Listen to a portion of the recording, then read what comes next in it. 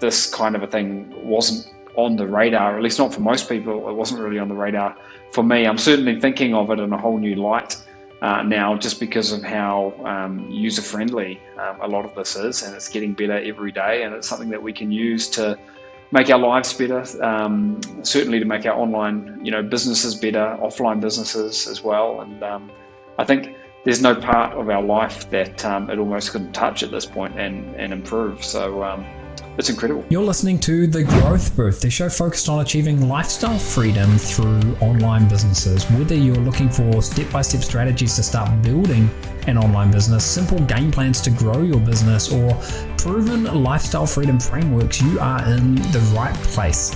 Stay tuned and be sure to join the thousands of listeners already in growth mode. Aidan Booth here. Welcome to episode number 87 of The Growth Booth, where today we're talking about AI, artificial intelligence, and how you can use it to progress your business, to make more money through your business online, and even just improve your personal life right now. And I couldn't think of a better person to invite onto the show today than my good friend Mark Ling, who I first met way back in about 2007 as a student of one of his courses. Now, the thing about Mark is that he has a knack of staying relevant, and not just staying relevant, but really pushing the boundaries, thinking outside the box. And I think he's doing it more so now than maybe ever before in the world of AI. So I've been excited to bring Mark onto the show and talk a little bit about what he's doing, what he sees coming down the pipeline. And with that said, Mark, welcome to the call. Great to have you here. Oh, it's great to be here, and thanks for having me. I really, really appreciate it. So where would you like me to? I was going to say, where would you like me to start with this stuff? Yeah. First of all, you may notice that Mark has got an accent not dissimilar to mine, and that is because he's from New Zealand. And I've been able to catch up with Mark in person many, many times over the years. So he's become someone that is not just a business associate, a good friend, mentor, teacher, and all of that good stuff. So getting back to AI, what are some of the ways that you're using AI in your business and to grow your different businesses right now? It actually comes back to when COVID came in, way back then. So this is a long time before ChatGPT. I actually, embarrassingly for someone that's been doing quite well online for over 25 years now or thereabouts, I made a bunch of mistakes. Okay, business shot up when COVID happened. It didn't go down, it went up. Everything started going really well. But I started making the wrong decisions because we're looking at the numbers going, wow, our YouTube channels are getting way more views. Like, these are niche YouTube channels. Let's invest more into that. We were noticing more was going well with certain ads that we were running. And I didn't take into account that there were 4 times the number of people on the internet while everyone was in lockdown, and all numbers were skewed. So I overinvested in hiring way too many staff, as did Google, as did Amazon, as did Netflix, as did a lot of other people. So I forgive myself a little bit that I'm not the only one. But I will say that preceding me getting into the AI, I made probably a good year and a bit of mistakes by looking at data and not sort of looking at what caused things to change so much, because things started to go back to the path they were already on. So we got this big blip up and then back to the normal path. And that's not to say these other things didn't work. It was just that things weren't as easy and straightforward as when there's 4 times the number of people there to see stuff. So I had to change. So then I had to think, overspending on staff now, because I've hired 4 times as many people as I probably should have for the opportunities that presented themselves. And I needed to think, what's the future? I saw the future wrongly. What is it? And then I thought, well, all of these companies have got all these great ideas. These great ideas I have, they actually still work if I just had more people, but I can't afford more people because they require more people than I originally had projected. So at first I did a small downsizing, but I was relentlessly focused at that moment on productivity. I went in with every staff member and was starting to figure out, now you're a video editor, what's your process? And then I tried to edit a video but I did it with my process and managed to double the speed and produce pretty much the same output. And then they were saying to me, wow, I never thought of it that way. So it was a starting point was processes, but then I started buying software, using it, and eventually I came across OpenAI's GPT API, right? So this is as a programmer side of things. So because ChatGPT did not exist, so this is a year now before ChatGPT, and we started building tools internally that would help customers do customer support staff do their customer support, that would help us write the kind of content that we write, because I'm in a lot of different niches: health, personal development, dating, relationships, dog training, language learning, you name it. I'm in a lot of different niches, doing really well, but we managed to find a way to basically get what people know of ChatGPT 4.1 now. We had a year before ChatGPT even came out, basically internally, not quite that level, but not far off, because we had figured out how to modify and train and get the tools going that way. So to me, the very first step with AI was trying to find a way to make my own team superhuman, not to replace my team, to make the team become better than they are. Because I knew that all of my team, they're great, but if they could just get double the work done in the same amount of time without rushing, and then things are going to be golden. And actually got to the point where a lot of staff are doing 3 times the work they used to do in the same amount of time now, anyway. And people have had pay rises, business is booming, things that may have been a little bit too hard are no longer too hard. And I think that a lot of people get AI wrong in that they're trying to replace people. They're trying to replace their staff, or they're an individual trying to make the AI do everything without oversight of their own. If you look at it as the AI may be able to do 2/3 maximum for you, but 1/3 still got to be done by you or the human, one way or another. You will get a way more satisfying result, super high level, and stuff that you can truly monetize and do well with, no matter what area of business it is, whether it be graphic design, video editing, image generation, whether it be article writing, blog posts, email creatives, copywriting, writing long form sales letters. I can't think of very many things that we haven't been able to have impacted by AI. And when you got started, you mentioned making your team more efficient, turning them into sort of superhuman, if you like. Was that mainly around the creation of written content, or was it around other areas as well? What was your starting point there? It's both, because we have YouTube channels. Like, several of our channels have over 100,000 subscribers, some like over 400,000. These are in different niches, like health, for instance, and stuff like that.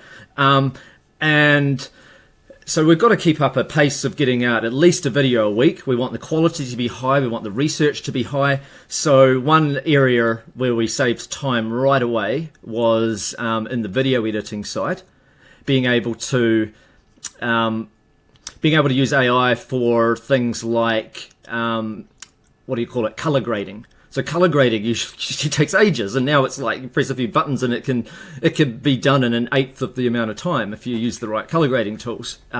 You can have This is on editing video software editors. for video editing. Yeah, because the AI thinks almost like a human, and it can start to see. So you could get it going just right, say, and then, even though you've got other scenes that normally you're trying to adjust the settings, it's not a matter of just copying the same settings. You've got to, because that doesn't work if that was filmed in a slightly different location with different lighting. You've got to have a different kind of a logic. But with AI now, it can kind of push that right across your entire, every cut, every camera angle, whatever. It manages to balance that out, which is really great. That's for filming and like that. But if it's say a video where they couldn't find stock footage for the background, they couldn't, and they used to maybe go and take a photo and set it up themselves, or they would cut out and splice together images from iStock. Instead, now they can just use something like, an AI image generation tool. There's so many of them out there, of course, Stable Diffusion, Midjourney, you name it, there's a heap of them.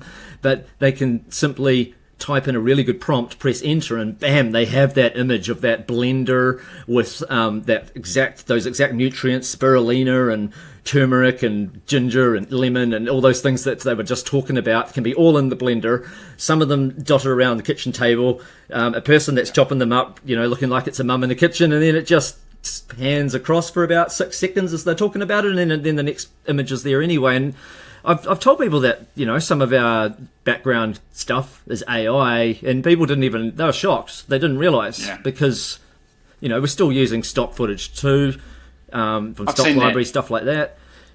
I've seen that firsthand. In fact, one of the simplest AI image creators that I've used is the Bing image creator. It's very simple. You don't even need any special prompts. And some of the images that are put out from that are incredible. And I still can't tell the difference between is that a photograph or is that is that a real is that an AI image? It's that good now, and it seems like it's getting better and better and better every day. But I think one of the things you've alluded to a couple of times is these tools are only as good as the people that are using them. So, for example, if you're a race car driver, or if you're not a race car driver, you could jump in a Formula One racing car and you would be terrible. So some of these tools are only as good as the person that's piloting them, if you like. So a lot of that, I guess, comes down to the prompts that you put in and just an understanding of how to use them. Is this something that you found? Yes, and also they're only as good as the person who makes the initial tool to begin with and their understanding, because I have bought and used, I don't know, maybe 100, I don't know, maybe not 100, but not far off, AI tools out there, because if any of them are any good, they're worth keeping. But there are a lot of them out there where I think that in the background somebody has just gone and written a whole bunch of prompts, and it's just a single prompt that anyone could type in, and it's not good enough. Like so I'll just give a quick example. Let's say you go and you buy this software that's called I'll just make up a name, Piper.ai. That's not a tool, I'm just making it up. Let's say, so you go in Piper.ai, it pumps out award-winning sales letter content for you. Great. Okay, cool. I'll write a sales letter with it. Let's write a headline. I'll describe what my product's about. Press enter. Bam. And all it's done in the background is put a single prompt that just says, "Hey, I'm about to describe my what my product is about. Please use a direct response style similar to Dan Kennedy or Frank Kern." That promotes this, and then they might go, a couple of headlines I like the look of are blah and blah, and then that's all it's got in the background, and then bam, and it comes out, and it's about a B level headline, and the average person might think, oh, that's okay. But if you're a top level copywriter used to writing copy that has that extra edge to it with that extra higher conversion rate, you're going to say that's not good enough, and the prompts that you have to create are a lot more intricate and longer, and it may even require another tool looking at it in the background. So you've layered GPT-4 in here, then another tool, and then you're back to GPT-4, and then the user sees their output. And that's why I say that if the tool has been made by a specialist in that area, as well as someone that's good at AI, then it's going to turn out to be a good tool. If it's made by a newbie marketer who's good at programming or something like that, then they're going to produce, no matter how good they are at programming, if they don't hire a world-class copywriter to look over that stuff, that copy it's at best B grade, and you can already get that out of ChatGPT anyway. It's not going to be that A+ copy that you're really secretly hoping for. And in terms of developing AI tools, I know that you've been involved with this quite a bit now. How many different AI tools, ballpark figure, have you been involved with the development of? Well, it depends what you call a tool, but because some tools can be relatively similar. Yeah, but I've made definitely over 100. Like if you talk about, say, for instance, a tool that will produce a self-hypnosis script. Right. Like a really good one, given, relatively little description, that's an example of a tool. But someone might say, hey, that's the same tool as a lot of the others because in the background they're using the same mechanisms. But, as a lot of other tools I've made, as my email writing tool, they'll say, oh, it's the same tool because you're using similar mechanisms. So I don't know what you mean in that sense. But if you're talking about things that actually the input's different, the output's different, it's a different use case, sure, definitely over 100 tools. I mean, one of the biggest time savers has been research tools where we're able to pull a few different resource places and able to use AI to search them and then save our guys a lot of time doing the research in order to make great YouTube videos in the health niche. And it used to take so long to read through every single new scientific study that comes out and stuff like that. And now you can just plug them into AI. It can read it. It can summarize it, hand it back to you, and then you can make informed decisions much faster. Video is a good example of what's possible because, I mean, you know this better than I do, but maybe you could talk through the elements of a video that AI could be used to generate. So obviously a video script, but even before that, you've got maybe some research that would go into it, and then you could do AI for the research. And exciting hooks, and you can show it your data. You can show it all of your top performing videos. You could even show it using data from spy tools, what all the top performing videos are of your competitors, and then it can start suggesting videos and titles and give you its reasoning for why that would be a great title and hook. And then it can create a script. Yeah. Well, I don't get it to write full scripts, but it can. Definitely. We've got the ability to, because if we're in a real rush and had to get it to write a full script, yes, it can. I just find that it's better. I'd rather spend the extra money and have it be, how do I say it? Usually we find that it might be doing a third of the script and the rest is still done by a human who's, we've got some good, really, really top quality writers, and I don't mind that. And I'm not saying the AI can't be responsible for more of it. I just like to push the boundaries and try and know that I'm competing against other people using even more AI than I am, and I want to go, how can I still be better? So that's why I don't mind investing that, because if you're making thousands of dollars a day from your YouTube videos, why does it matter if you're spending an extra few $100s per video at that point? But if you're starting from scratch, then sure, use the AI to do more of it. Get it to do 80%, but not the 100. This episode was brought to you today by The Mind Game. If you want to learn about a 66-day game plan and the secret formula responsible for generating over $100 million in online sales, then head over to thegrowthbooth.com/mindgame today, and you'll find out about a program that I've put together that walks you through a framework that I have used to personally generate over $100 million from my online businesses, and how you can tap into the exact same secrets that have been used by mega millionaires and the most successful people in the world today. So you can find out more at thegrowthbooth.com/mindgame. Now back to the episode. I think that's a similar philosophy that we've got with a lot of the different blog content that we're putting out on different niche websites. We always like to use AI as a tool in our toolbox to help us, but at the end of the day, the objective is to create the very best blog post, as an example, on that particular topic on the web. And if we're coming at it from that angle, then AI is going to be part of the solution, but not the entire solution. Going back to the video, though, if someone really wanted to, they could make AI give them a complete start-to-finish script. They could then use AI to give them a complete start-to-finish voiceover in basically any language and any accent that they wanted. And oh, by the way, the same AI that wrote the script could roll that out into multiple different languages, and then you could have the AI voice read in multiple different languages. You could then use AI to create different images for the backdrop, different designs, and so on and so forth. AI can pick. I mean, we've made tools for our students where the AI actually grabs the stock footage and puts it there for them and puts the subtitles in for them. You don't even have to theoretically even choose those images and everything if you didn't want to. And people are able to profit well from that. It's just that when you're making enough money from a channel, you do tend to go, well, okay, now I don't mind spending a bit more per video to make it even better, because then you're putting up a few walls around your business, like solidifying it. But in the early stages, when things are startup mode, you try to do things very well, but efficiently and cost effectively. So for sure. Now, I just want to touch on how you said about an AI can write a whole script for you. I definitely highly recommend that if you're ever getting AI to write a script for you, you write it in compartments. Don't get AI to write the whole script in one. It can do over 1,000 words, and stuff like that. But it's not.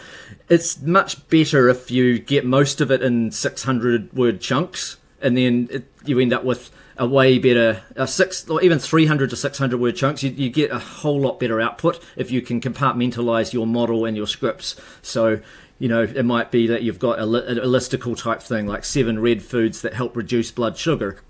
Each one is a separate thing, right? And it could take a human just to tie them all in together. Yes, the AI can tie them together if you really want it to, but it's so fast for a human just to make sure it all ties together well. And then, it's a lot easier. It'll do a much better job. That's all. And then trying to go, no, I want it just to do the whole thing in one go. But yeah, it can be done. It's better this way. We found similar things with blog content creation as well. Obviously, we're sometimes going for quite long articles that cover a lot of a topic, and we always get better results when we are able to break it out into almost like different sections or subsections or chapters, if you like, of a blog post. So I guess the same thing applies to the videos. I'll just say one quick thing, sorry. Usually also when you make each section, you still tell the AI what was in the previous section. So, right.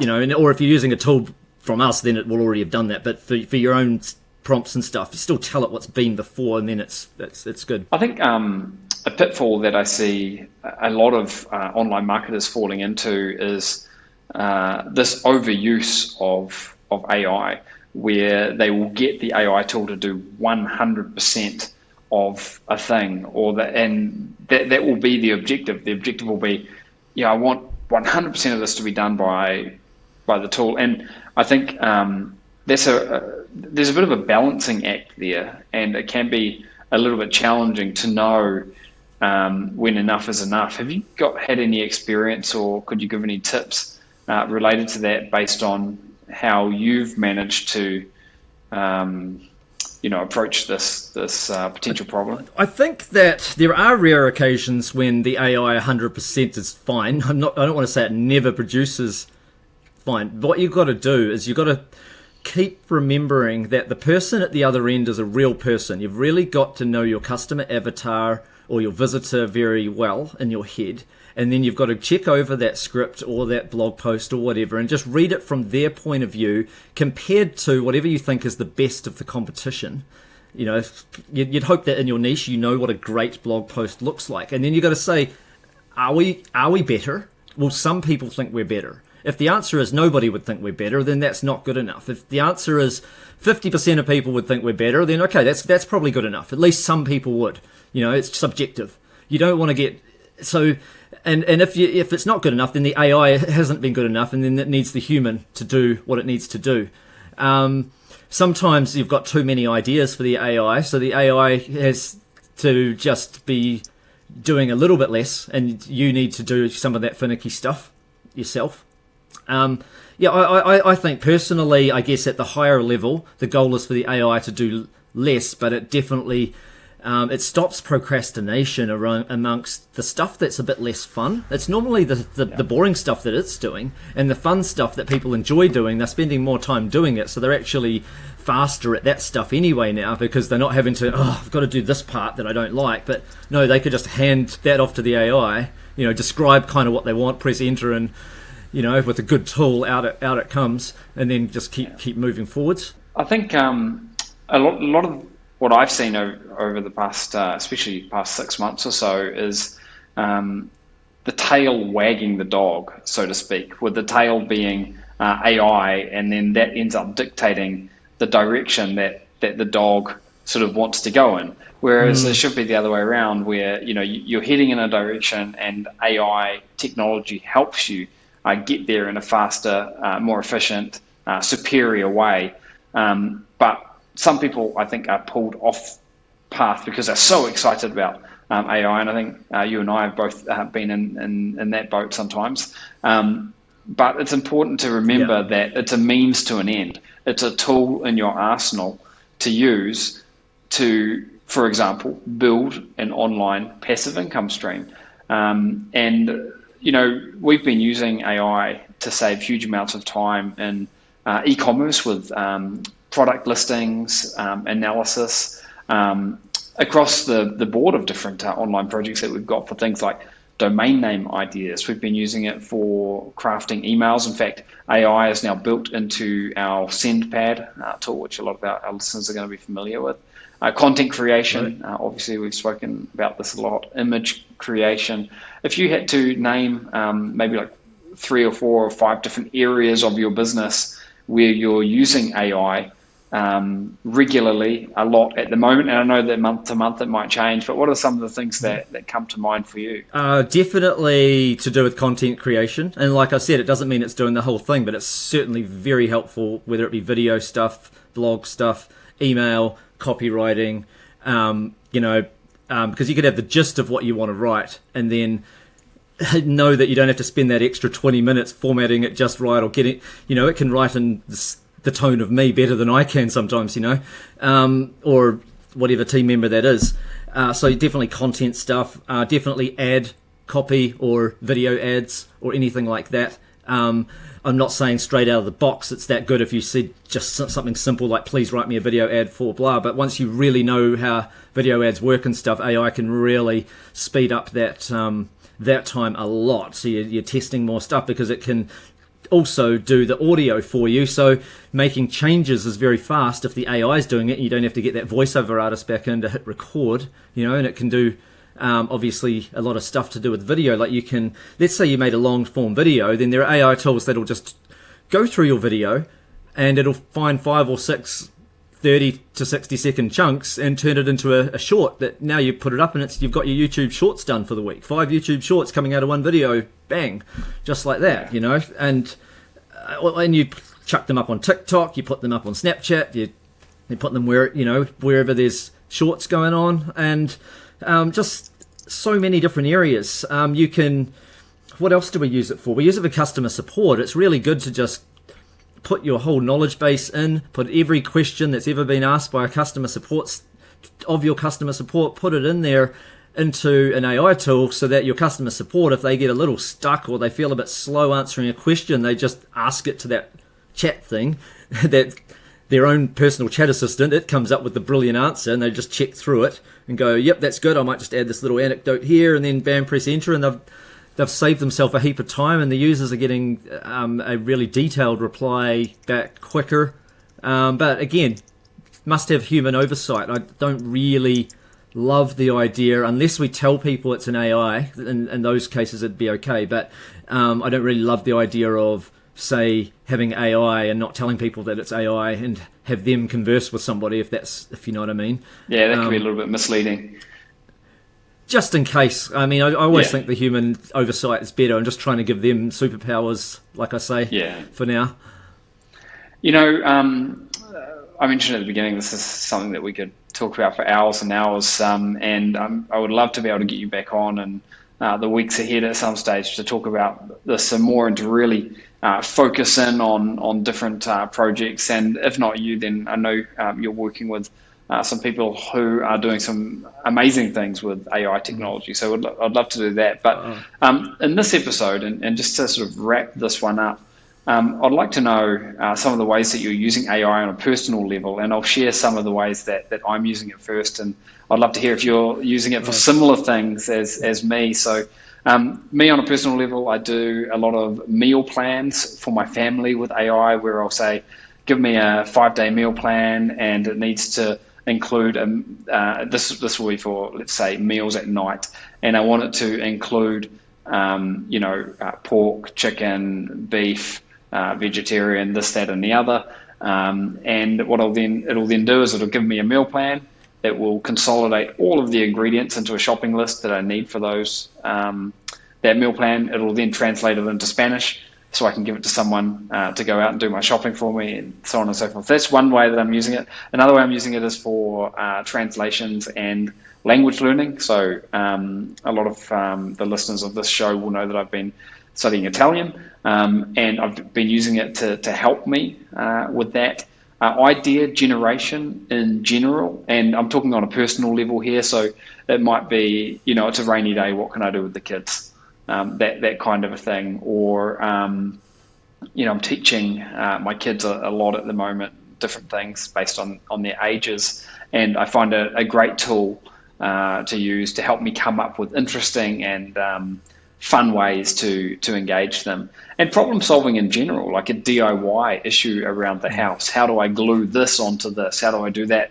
And it's just amazing. It points me in the right direction. It gives me ideas that I never would have thought of before. So that's me. How about you on a personal level? On a personal level, well, one of them's Mid-Journey, just teaching kids how to use it, and they can make their own colouring in books. They can make their own logos and stuff like that they're really enjoying, because then they'll take maybe 2 or 3 images that they've got, and then I'll show them how to use, say, Canva, and I've shown them Adobe and stuff, and how to use layers and stuff, but at least they're not having to use clip art now. The image was entirely new that no one's had before. So that's cool. Not every night, but most nights recently I've been having a little quiz with my oldest 2 kids that is made in just with ChatGPT. I just say, okay, what are the topics?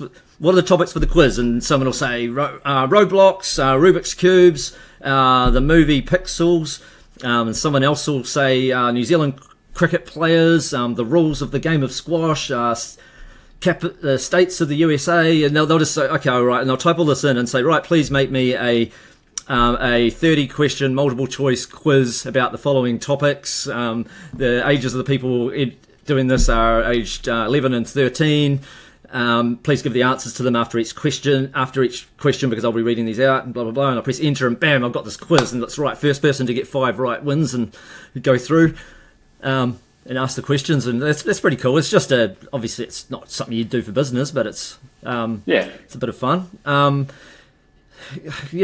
guess I sometimes treat the AI as a bit of a game as well for myself, trying to find ways to get, especially the image creation, trying to get it to do things that I know from a business perspective it's going to save a lot of time and hassle if I can just get it right, and quite, like having a consistent person, say, for, and I've just sort of being able to nail that now on Mid-Journey, so you could have a person that's in 100 images, that stock person, say, for consistency, or particularly if it was going to be a children's book and you're going to have that main character and you want it to be on every page and not have it suddenly look completely different, stuff like that. I find that kind of fun. That's not my business, it's just more of, I like the idea of it. I make up kid stories all the time, and it's kind of cool if you can illustrate them. Something that we've done used it a lot for lately is travel planning.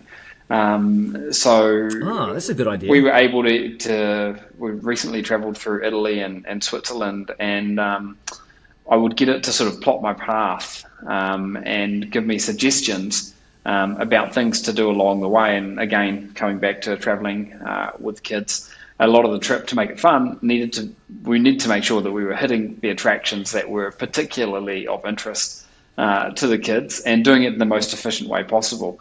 And just using a few basic prompts, I was able to get entire day by day, almost hour by hour plans out, which I found to be an incredible resource. It was actually quite a surprise to my wife, because she was like, "Oh my God, you planned all this out!" And she obviously knows I use AI to help and stuff. But I think that's a real practical use, right down to suggesting the best hotels and different bits and pieces like that. So I think the only limit here is your imagination at this point, and then knowing what's available. Okay, if I want to do something like that, what's the best tool to use? Or if there's not an existing tool, could you make one? That's the limitation. The AI can make it for you too. Quite often, it's surprising. You ask it, you've got this idea for a tool, and you chat back and forth with it, and then you say, "Oh, could you write me the code for this, please, in whatever language?" and press enter, and quite often it'll go, "Sure," blah blah blah, and then bam, it pumps out the code and I hand it off to a programmer, That's and next thing I know, that tool was made in like less than an hour, one that I thought might take a week.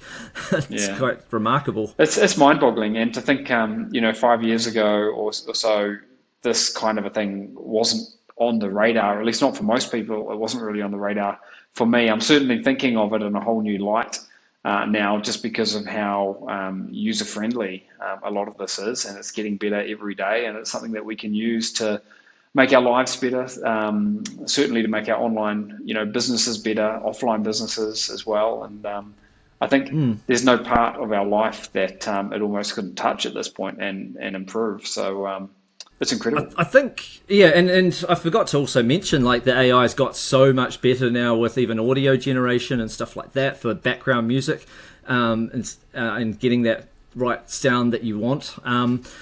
Just so many applications of it. I should also mention, though, that one really important thing, and this is why sometimes there are tools out there that are better than you can get with ChatGPT and stuff like that, is simply, and if you're a tool builder, you want to know this, is simply that you can layer tools together, and that can make so much difference. So if you have access, say, to, let's say, I'll just make something up, let's say Amazon's API, and you combine that with your, maybe a GPT API, and have some idea for a tool, you can end up with a much better tool, because you've given access now to something that maybe OpenAI doesn't have access to normally. Right? So, and that could be your own data. You might put it in and use Llama or something and train a tool with your own data there, but then GPT kind of smooths it out when it gives the output at the end of it. So just something to keep in mind. That's more of an advanced level. Most people won't need that. They'll just make sure, though, that it's good to know you're what's very possible, critical of the tools you're getting. Yeah, for sure. Hey, well, Mark, this has been a great, introduction to a lot of what you've got going on with AI, and we're going to be talking a lot more about AI as related to online businesses over the weeks ahead, and really be diving into this in more detail, and specifically focusing on how people who are listening to this show, everyday people, can use AI to help build their businesses and improve their lives. So thank you so much for being here once again. I really appreciate your time. Thanks, and thanks everyone for listening, by the way, as well. All right, guys, that's a wrap for this episode. This is episode number 87. You can get it by going to thegrowthbooth.com, navigate to number 87. As always, you can always find it on the places where you like to listen to your podcasts, be it on YouTube, where you could just search for The Growth Booth, on Spotify, on Apple, or wherever it might be that you listen to podcasts. So that's a wrap. I look forward to seeing you on the next episode of The Growth Booth. Bye for now.